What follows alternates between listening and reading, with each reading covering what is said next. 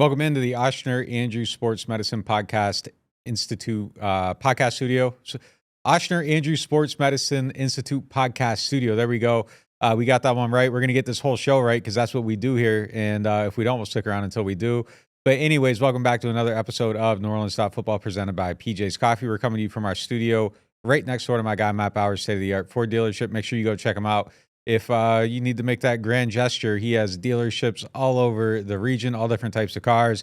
If you're in the doghouse or if you're just trying to stay out of the doghouse, he will get you right. We know Kendre Miller's out of the doghouse, so he don't need to buy a new car right now, but you never know how things are going to play out for him or you, so maybe you want to be ahead of that this holiday season.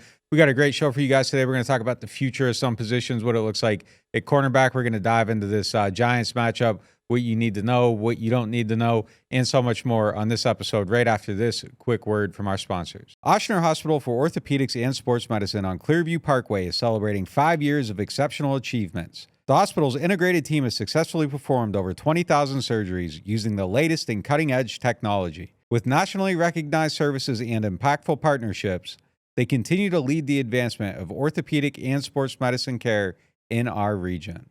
Rouse's Markets is voted best grocery store in New Orleans, best grocery store in Baton Rouge, Mississippi, Gulf Coast, Thibodaux, Houma, Hammond, Lake Charles, Mobile, year after year. Thank you for choosing us best grocery store on the Gulf Coast. Number one. Thank you. Thank you. The number one grocery store In Mississippi, Alabama, Louisiana. 1 million customers a week can't be wrong. Welcome to Rouse's. The NewOrleans.Football show is proudly presented by PJ's Coffee. PJ's Coffee has some of the best drinks that you can find. They have locations all over the city. They have pastries and everything else you need to get your day started. So go check them out. NewOrleans.Football is proudly sponsored by Urban South Brewery, the makers of Paradise Park Lager. I love supporting local breweries, and when looking for a refreshing, easy drinking beer, I always recommend Paradise Park. In fact, I think it might be the best game day beer out there. If you want something a little lighter, try Paradise Light. It's everything I love about Paradise Park with just 96 calories and 2.6 carbs. And if you're looking for a family-friendly place to watch the game, I'd recommend Urban South's Tap Room in the Lower Garden District. They've got 15 TVs, 30 unique beers on tap, and mouth-watering urban smash burgers. The whole family will want to make Urban South their new living room because at Urban South, they take laid back seriously. Looking for the best insurance coverage at the lowest price? Look no further than Chabert Insurance, the Earhart Agency. They are a local independent insurance agency right here in New Orleans, specializing in home, flood, and auto insurance. Their agents are born and raised in the area and understand our community's unique needs and the homeowners insurance crisis our residents are currently in. At Chabert Insurance, the Earhart Agency, their dedicated team will shop every available carrier in the market, ensuring you get the most comprehensive coverage at the lowest possible price. They know your time is valuable, which is why they work diligently to provide you with the quotes as soon as possible. Why settle for less when you can have the best? Trust Chabert Insurance, the Earhart Agency, to protect what matters most to you. I do. I've been a client of theirs since 2021. When we couldn't find someone to insure our house because of the big oak tree growing over top, Chabert worked until they found someone that would work with us and give us the protection that we need to feel safe in our new home. Call them today at 504-326-6526 or visit them online at Protected by Chabert. That's 504-326-6526. Chabert Insurance, the Earhart Agency, your local insurance experts. Hardhide Ponchatoula Strawberry Whiskey is an 86 proof blend of aged wheat bourbon, American light whiskey, and fresh Ponchatoula strawberries. Blended in New Orleans, it is not for the thin-skinned. Look for it in your favorite stores, bars, and restaurants. NewOrleans.Football is proud to be sponsored by Firehouse Subs. Make sure you check out their location on Veterans Boulevard. Attention Saints fans, don't let pests and termites invade your home field. Trust the team at Red Pest Solutions to tackle those unwelcome visitors. Call the Red Man today for unbeatable pest and termite control.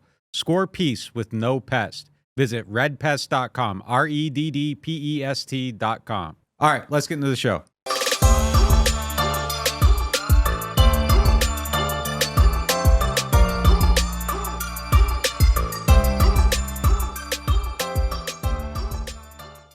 Welcome back to the Ochsner Andrew Sports Medicine Institute podcast studio. This is NewOrleans.Football presented by PJ's Coffee. I'm Nick Underhill.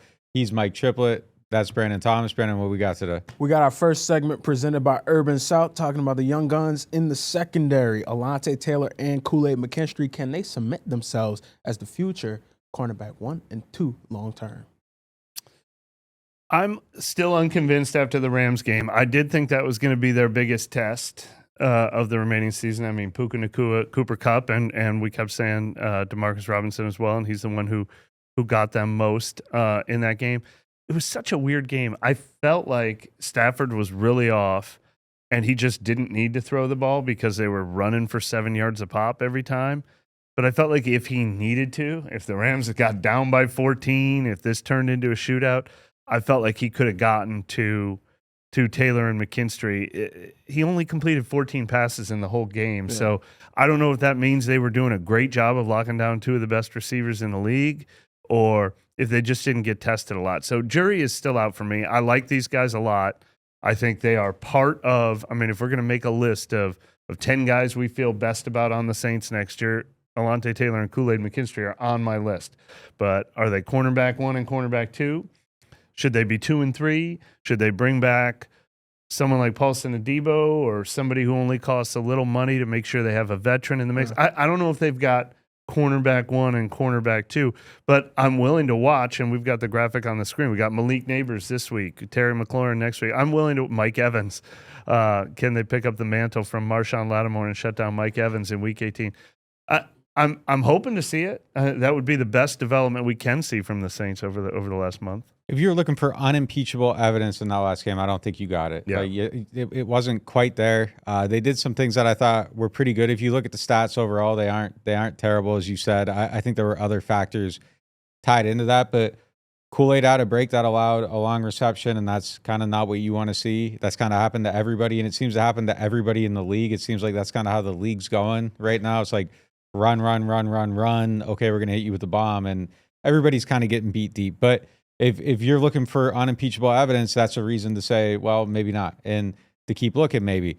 Alontae, I thought he did some things really good in this game. There's some stuff downhill that's just kind of unbelievable with him, but then again, you get a curl, he misses a tackle on it, and it turns a 6-yard gain into a 19-yard gain. Yeah. And those are kind of the little moments that you just want to see cleaned up. And those were kind of the things that I thought were pockmarks on Alontae's first couple of years in the league, were those missed tackles. I think he's gotten a little bit better at it, but there's still some stuff that I think needs to change a little bit. I think if you gave him a whole offseason and said, go be the best outside corner you can be, he'd probably be a lot better at that position. There's still some runway here.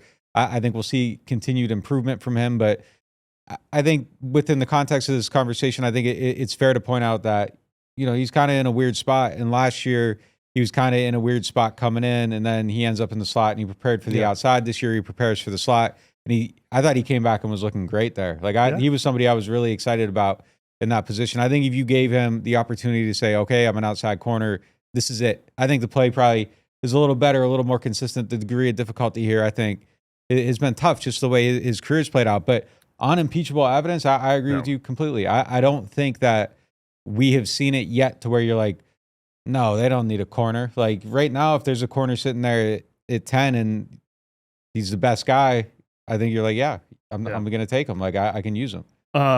Couple things. First of all, I talked to Alontae a couple weeks ago about exactly what we're talking about now, and he said the same thing. He said, you give me that full off. Like he wants to be an outside corner, but last year he finally embraced being a slot corner, dedicated himself to it all offseason, and I think we agree he was the defensive MVP of this team in the first half of the year. So he said the same thing. He goes, I'm going to learn and grow these last 2 months of the season and then spend the whole offseason dedicating myself to, I promise you I'm going to be that guy. And I'm going to believe in him. I'm going to give him the benefit of the doubt and think he can do that. We've seen the talent. But on the negative, another thing he did in this game was another PI in the red zone, which he's had a couple of those now in the last 3 weeks. So he's got to clean that up too. Kool-Aid is a bigger question mark for me. I have no idea what Kool-Aid McKinstry is yet. We've seen 2 or 3 games of him playing full time, and he hasn't been tested a lot. So I'm really interested to see how he holds up over the last 5 weeks. There's not a ton of 1-2 punches on this list. There's a lot of one and ... The Packers have some depth. They're an interesting one where their number 2 and 3 receivers can kill you too. Christian Watson, we just saw it last night. So that'll be an interesting matchup. where Kool-Aid McKinstry is going to have to hold it down. But I'm a lot more curious. The draft is the biggest question mark to me. I would say maybe add a veteran to that mix. It doesn't cost a lot. I would hope this is a position they don't have to draft, because I still think they need to draft maybe a left tackle. I know they need to draft a defensive end, a defensive tackle. They need to get younger at so many positions. Wide receiver probably, quarterback obviously. I would love it safety, frankly, in the same secondary. Well, on that one right there, this is probably the wildest thing I'll probably ever say on this podcast, but as this season has progressed, I've become more and more radicalized by a thought in my head, and it'll never happen. And I'm not saying it should happen. I think he's set at cornerback. I think he should be a cornerback. But damn, every time I watch Alontae play, I think he could be Kyle Hamilton. Like, I think he could be. I think he could be just an absolute monster as a safety. There's so many things he does well. I think his ball skills are crazy.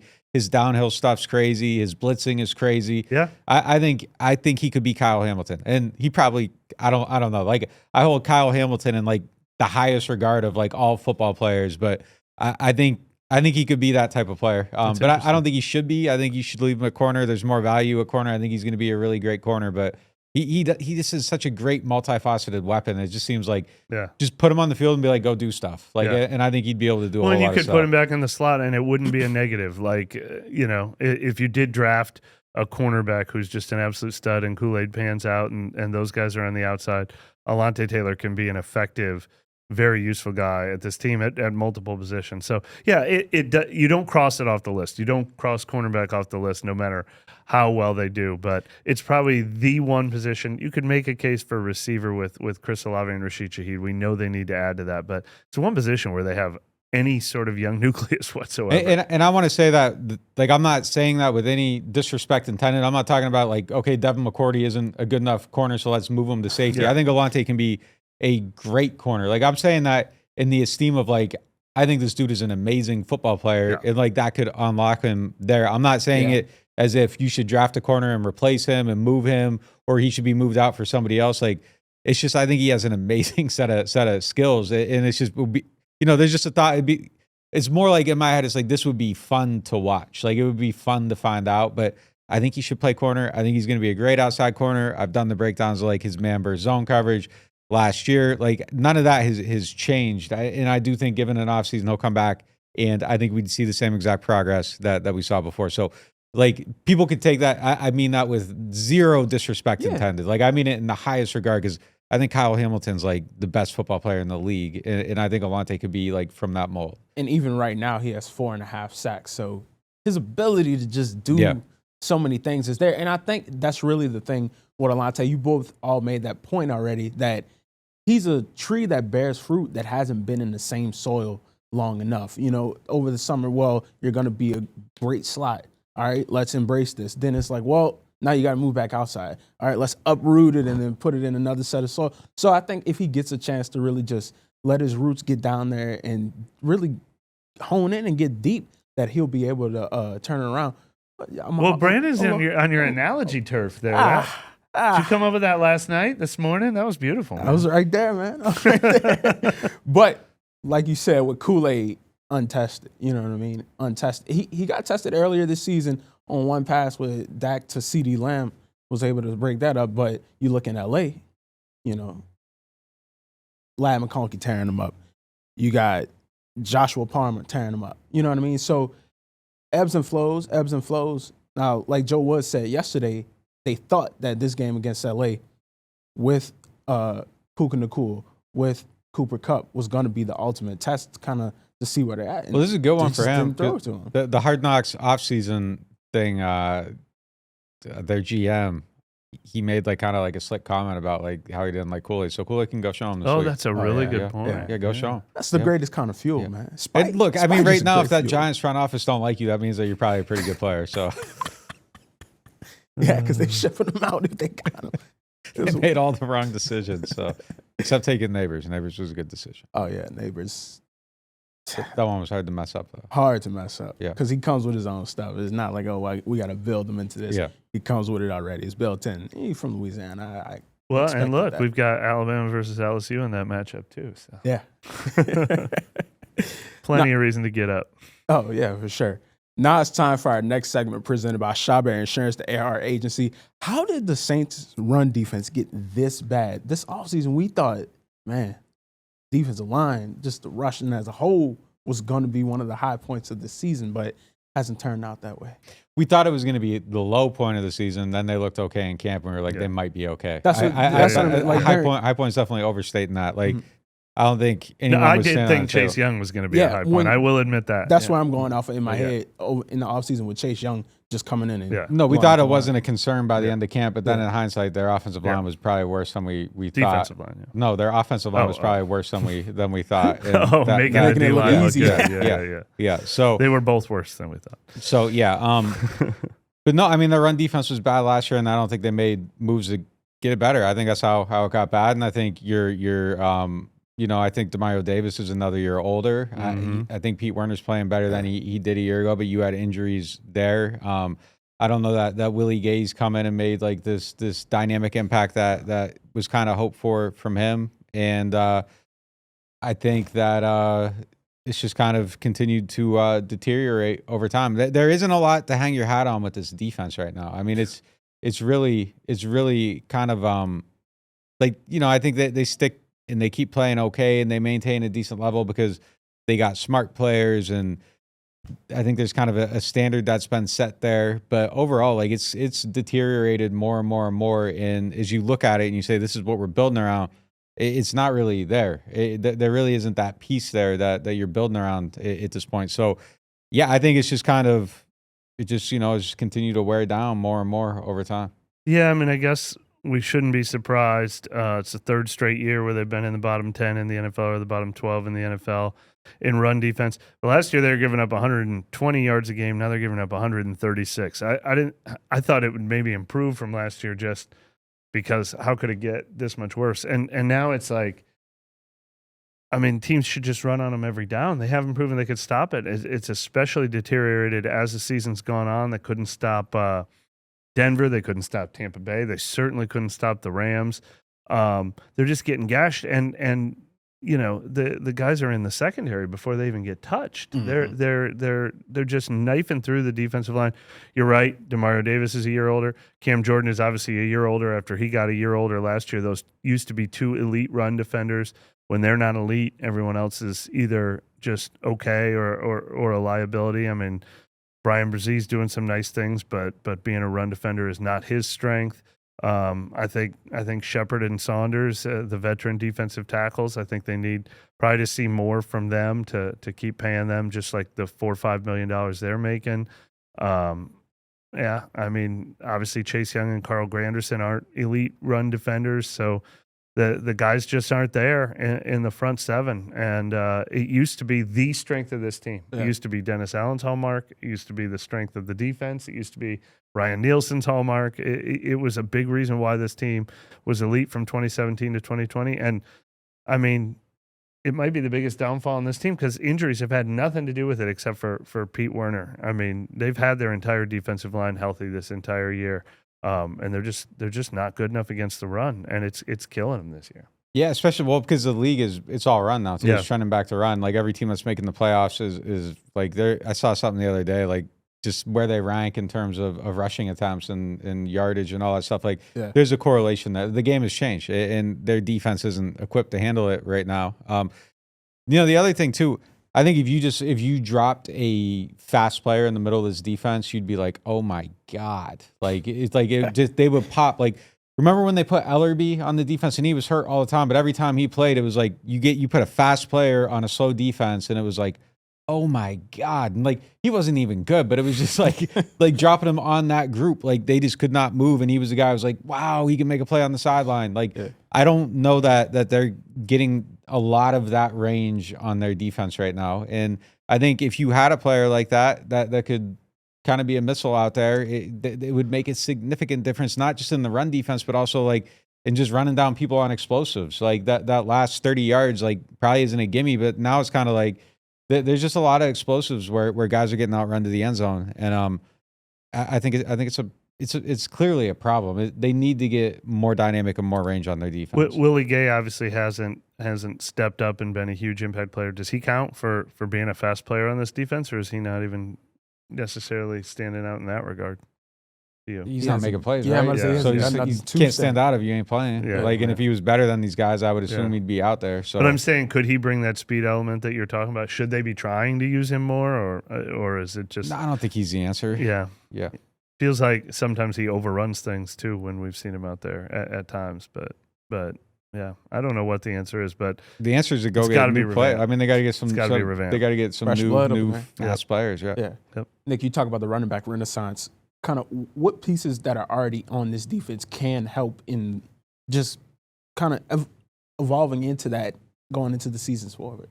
I mean, by the time they finish rebuilding their front, they're going to need to rebuild their linebackers. So, like, you kind of need to, and you're going to need to rebuild, like, Tyron's getting older. You got to replace, you got to get another safety. So, I think literally everything up the middle, like, kind of has to be revamped at this point. I think Pete Werner's staying. I think you need to get Brian Brzee better at run defense. I think both those guys are blocks that you want to have on your defense, but Brzee definitely needs to get better at that. And, yeah, I mean, I think they just need to rebuild. They're going to have to rebuild this whole defense at some point, because by the time you get there, Tyron, DeMario, and Cam have aged out. So, like, it's an entire rebuild except for your corners. I mean, you have to rebuild that whole entire defense. You saw the 5th leading rusher last week in the Rams. In 2 weeks, you got to see the 3rd in Josh Jacobs. So it's not going to get any better quick. That's a good point. That makes them a better matchup too. I mean, like that's going to be really tough. You're going up there. It's going to be cold. Like, you're going to be running the ball like that. That makes that an even tougher game. Yeah. Let's roll into the matchups that make this game special. Which matchups matter most in Saints at Giants? That segment is presented by Aaron Rose. Which ones stand out to y'all? well, this wasn't going to be my number one, but I thought this was the transition you were going for. The Tyrone Tracy, who nobody, I mean, nobody pays much attention to. Nobody paid much attention to him before he kind of took over for Devin Singletary there. He's averaging 5 yards a carry for the Giants. Mm-hmm. So right there, stop Tyrone Tracy. Drew Lock is the quarterback in this game. He's their third choice, their third stringer. They after they got rid of Daniel Jones, they then went with Tommy DeVito. Then he got hurt. So obviously they're reluctantly starting Drew Lock in this game. The best way for Drew Lock to feel comfortable is if Tyrone Tracy averages 5 yards per carry or better. And he's done that over 125 carries. He's very quietly turned into a dangerous runner. Yeah, I mean, we'll get to the headliner, but I think for me, the one that kind of stands out, I think one of the Giants' strengths are their cornerbacks with Jackson, Flott, and Phillips. I think those 3 guys can match up pretty well, and you don't have a lot of wide receiver talent. I mean, that could be a tougher matchup for them overall. If you're going to have to move the ball through the air at all, like it could be a little bit, that's maybe the one thing that I feel like the Giants do well is that they got pretty decent coverage. I want to see, we didn't really talk about it too much Sunday after the game, but I want to see Alvin kind of make up for Alvin as a receiver. Not as we know what he could do, and we know what he could do as a receiver also, but he has some drop passes that I want to see him kind of overcome. Like you said, the secondary and the coverage of the Giants is pretty solid, but I want to see him overcome that and just reestablish himself as a receiver, and because he leads the team in receiving, so I would like to see that kind of improve a little bit. There's not much improvement he can do as a whole, but I want to see him get back to himself. Yeah, he's on that. I think it's something that he's looking to show a turnaround on this week. He needs what's he need down the stretch to get to 2,000? 125 a game. 132 a game to get there. I think he's averaged 112 a game to get to 2,000 yards overall from scrimmage. You take out every other skill player, the opportunity's there. Yeah. If you don't leave a couple plays on the field, I think there's a real chance. I mean, that's kind of, I'm like past wins and losses. Like that's maybe the one thing that I'm looking at the most on the stretch. Yeah, to like it's if there's a reason to watch, like that's a good reason to watch if you're trying to find reasons to stay engaged over the final 5 weeks. There you go, math. I'm going to leave the free space on the board. Everyone's wondering why we haven't talked about it yet, but we did lead our entire show with Alontae Taylor and Kool-Aid McKinstry. But I'm going to go with, Brian Burns is on the Giants. Speaking of every decision this team made, they got the elite young pass rusher and went out and traded for him after the Panthers finally agreed to trade him. And he just went into NFL limbo by ending up with the Giants. But he's still got 6 sacks this year. The Giants, surprisingly, are tied for 6th in the NFL in sacks, which is surprising since teams run against them and have leads against them. So they do get to the quarterback. Now 9 of those came from Dexter Lawrence, who's hurt now.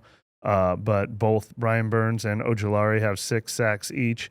Trevor Penning, Tali Fuaga are going to be tested against a guy who I still think is one of the elite pass rushers in the NFL. I'm going to go with the defense as a whole and tackling. It's been a problem pretty much all season. I think not allowing yards after catch, not allowing Tyrone Tracy to just catch a little crease and then just take it the whole way. You got to be having solid tackling on all 3 phases. I think that's key, and that's going to be important this game to just establishing yourself and shutting them down. I don't see how they go forward respectably without buttoning up their tackling. Let me give you one more before we hit Malik Neighbors. You just mentioned Alvin. The Giants are terrible at run defense. They're 29th in the league against the run, and they just lost Dexter Lawrence for the entire season, who was their best run defender. So Saints should be able to run. That's all the Saints can do anyway is run. They should have their entire offensive line back healthy for the first time since week 3. They've got Kendre Miller running the ball. We can't wait to watch Kendre Miller, see if he takes advantage of this opportunity. So if the Saints do not win their rushing offense versus the Giants' rushing defense, then that's the free space on the board for them. Yeah, I mean, and then obviously, we don't even need to belabor this point. It's their best player, extremely dynamic player, and if one of these corners or both of them, however they match up against them, want to make their case, this is a good week to do it. Yep. Total Maintenance is one of the largest locally owned home and commercial service providers in South Louisiana. They were founded in 1980 and serve the greater New Orleans and Baton Rouge markets. And Total Maintenance wants to show some love to our NOF listeners. They have a membership program that gets you 2 tune-up visits for AC and heating, as well as club membership discounts of 15% on all repairs, half off of all diagnostic charges, and 3-year warranties on most repairs for membership clients. This is usually priced at the low price of $24.95 a month per system, but if you tell Total Maintenance that you found them through NOF, they'll lower the price to $20.95 per month per system for as long as you keep the membership active. It will never increase. Total Maintenance has a tune-up special running this summer for $79, down from the normal price of $179. This is a one-time offer for one system only. They also offer a free diagnostic on second opinions on units deemed to be unrepairable, and they offer free estimates for replacements as well as commercial maintenance programs. Services include AC and heating service and replacement, electrical service, plumbing service, as well as generator service and installation. They are Total Maintenance. Find them at tm-ac.com or give them a call at 504-841-3300, or if you're in the Baton Rouge area, 225-480-1000. There's always that one person on your holiday shopping list that's just impossible to find the right gift for. They have everything they want, and there's nothing they need. So what do? This year, head up to Boudreaux's Jewelers on Metairie Road and get that special someone a limited edition Breitling Saints watch. That's right. That's a Breitling watch with the Saints fleur-de-lis right on the face. Only 104 of these were made, so if you're looking for something special, this absolutely meets the mark. Boudreaux's Jewelers has been around since 1933, and they have a great selection of handmade jewelry, watches, and rings. It's the perfect destination for your holiday shopping. Boudreaux's Jewelers at 701 Metairie Road in Metairie. Martin Wine and Spirits is home to a selection of hand-picked barrel select bourbon, whiskeys, and much, much more. They are family-owned and operated since 1946 and specialize in wine, spirits, gourmet food, gift baskets, catering, and tasting events. They have many locations, so they're never too far away. You can check them out in Metairie, New Orleans, Mandeville, and Baton Rouge, or if it's more convenient, you can always shop online. Whether you're a wine novice or a seasoned collector, you'll enjoy the Martin Wine and Spirit experience.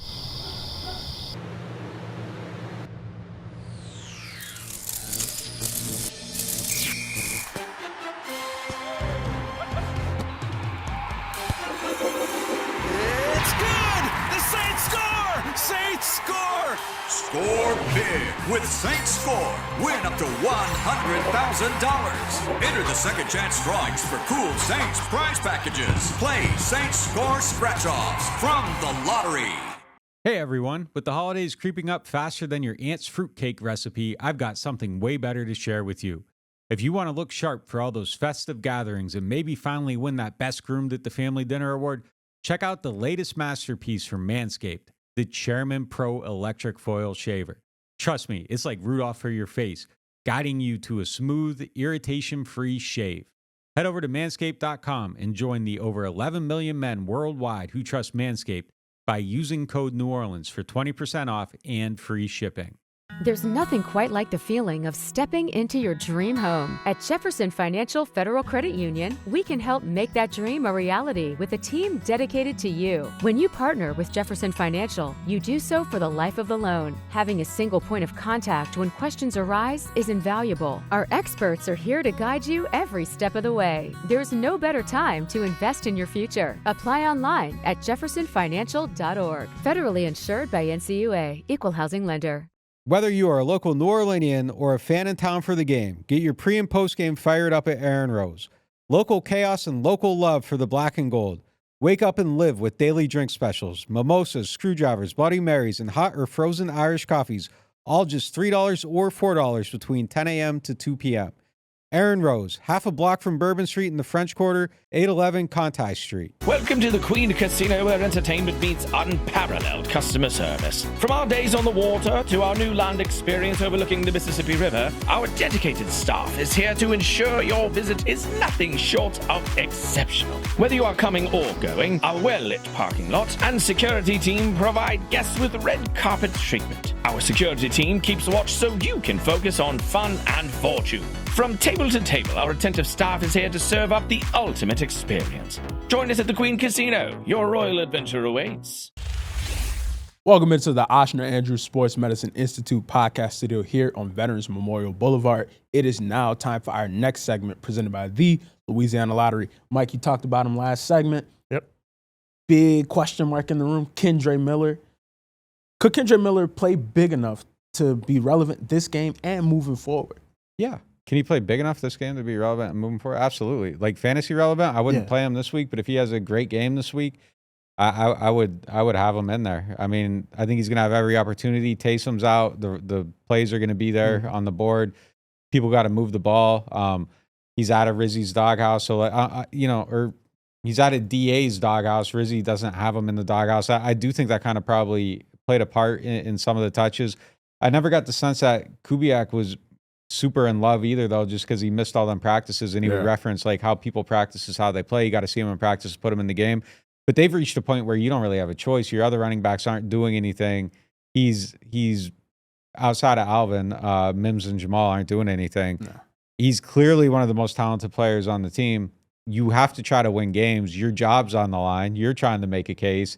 This is not the point to be like, okay, we aren't playing this good player because I don't like the process or whatever. Like, this is do or die time, and this is a guy that can help save jobs if he's out there, plays well, and stays healthy. So if he has a good game this week, I would feel totally comfortable playing him moving forward. There's obviously the risk of him getting hurt, and if you're putting him in your fantasy lineup, you're probably looking for a boost. I think it's a boomer bust boost that's definitely worth trying if you see some positive evidence this week. Yeah, the best fantasy advice with him is pick him up and put him on your bench right now. Why not? I mean, the bye weeks are all done after this. Stash him on your bench and see what you get. I just called him up in one of my leagues.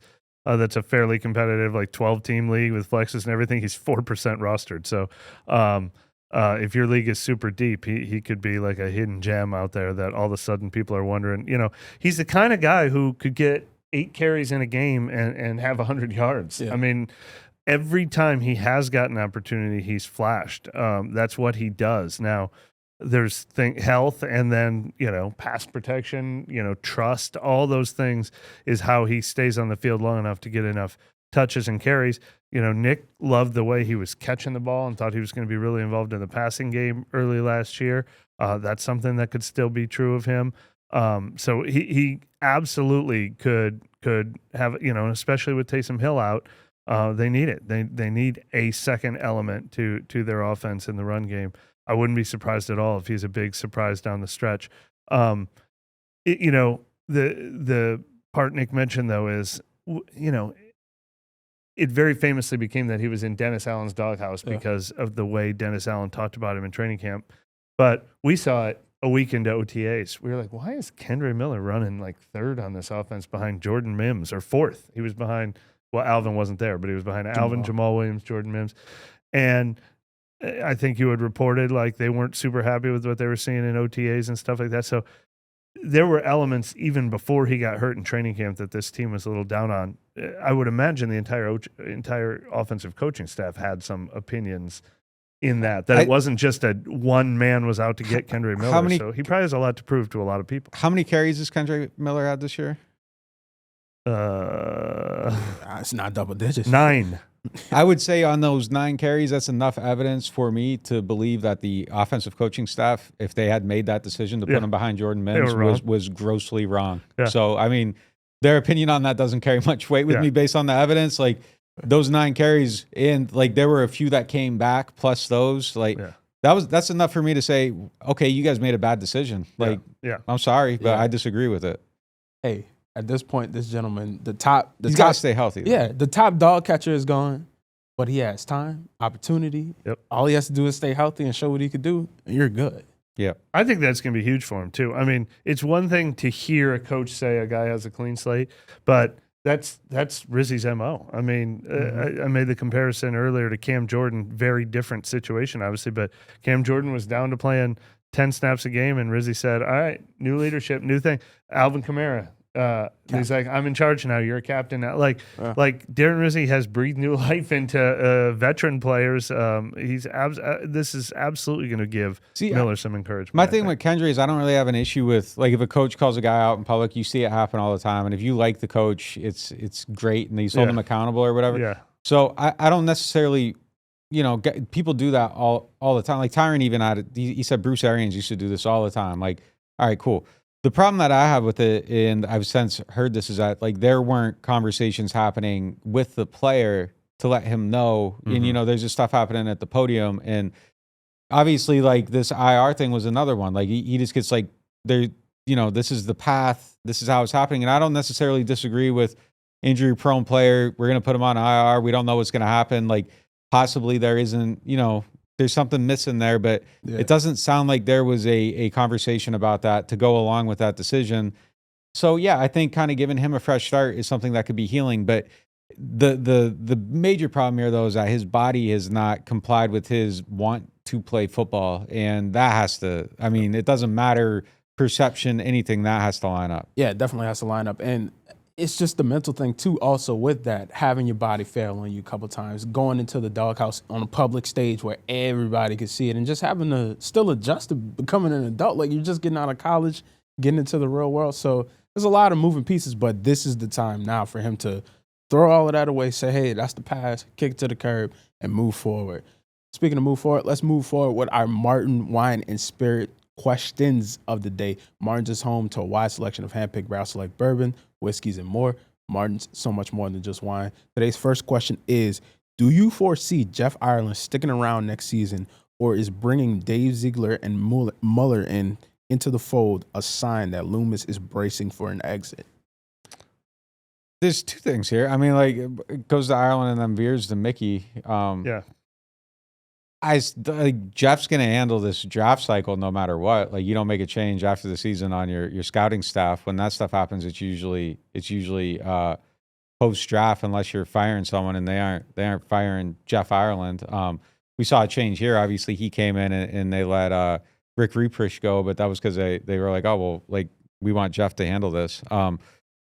So no, I mean, like, he's going to be here through the draft at the least. I haven't heard anything suggesting that he's out of here. It is interesting though that they're stacking their front office with like all these people, and there's a lot of different voices. But I've never gotten the sense that it was with putting Jeff in the crosshairs or anything like that. No, I do think. I think Jeff Ireland would be, a coveted commodity around the league. I think he probably already is a coveted commodity around the league, and I think he's great at what he does. But I think his name comes up because the number one thing this team has done wrong in recent years is not stockpile or rebuild. They haven't drafted well enough. They haven't hit on enough first-round picks. So I do wonder how much of whatever happens this offseason, is it just about a coach, or does Mickey Loomis consider, does Gail Benson consider just overhauling everything? Like, you do have to wonder if that comes into play at all. I don't think Mickey Loomis will be fired, but I am very curious, and this is something I talked about with him, and he said everything is on the table. I mean, he is a guy who, how much longer is he going to do this? If he gets the choice, 5 years, 10 years, there's a cap on it. And he has shown a willingness to bring in Dave Ziegler, Randy Mueller, obviously hired Kai Harley. Obviously he hired Jeff Ireland. Like, he is not like a dictator as a front office person. And this is an opportunity. Go out and hire your version of Dan Campbell and Brad Holmes, or hire your Mike Vrabel and let him have some control over that department. I hope he's super open-minded about restructuring some personnel things if it means bringing in the best long-term leadership for this team possible. So I hope a lot of stuff is on the table. I hope it's not just, nope, we're not changing a single thing we're doing, we're just switching out the coach. I hope it's more than that. I really do. Yeah, just to be clear though, like, every wind blown in any direction is towards, it's not towards these changes are coming. It's like people are staying. And yeah, Mickey said that, but we've also heard him say that he's not slowing down. He's still enthused, all that stuff. So nothing is, like, if there was a great opportunity, I could see something, but if it happened, we'd be sitting here like, holy shit, not like, yeah, we saw that coming. Like, it's not, it's like, not. if they hire Bill Belichick as coach GM, we'd probably be a little surprised. And the only reason I'm saying that is because, like, yesterday they were talking about the Tom Benson's will again. And I was like, that's everybody's interpretation of what this says is wrong. That isn't what it says on paper. And people are like, are you hinting at something? No, we aren't hinting at anything. Like, there's been nothing that says that there's going to be change. So if it happens as of December 6th, like, we're all as surprised as anybody else. The next question is, how different would things be if the Saints didn't trade their 2022 first-round pick that ended up being 9th overall and the Eagles used to draft Jalen Carter? All right, I have some thoughts on this.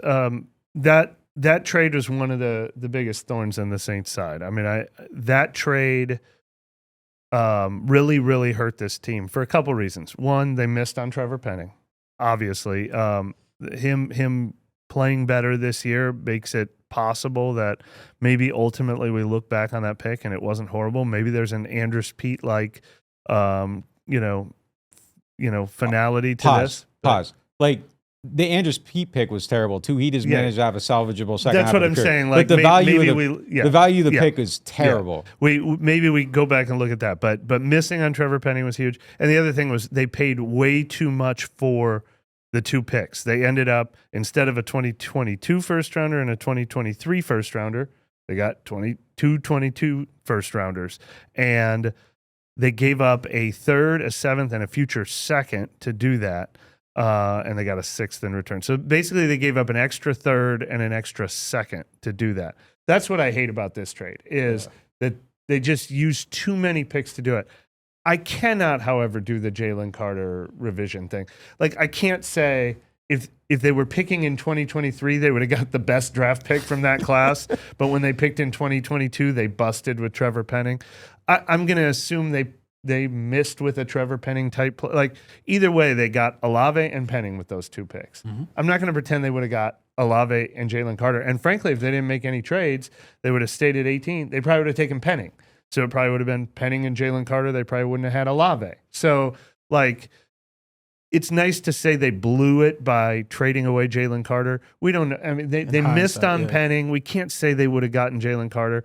If they don't make those trades, they don't get Olave. So, like, replacing the names of the players. But I did hate that trade because they lost a second and a third round pick in the mix, and they missed on a first rounder. That's a first, a second, and a third they didn't hit on, and that has absolutely hurt this team very, very badly.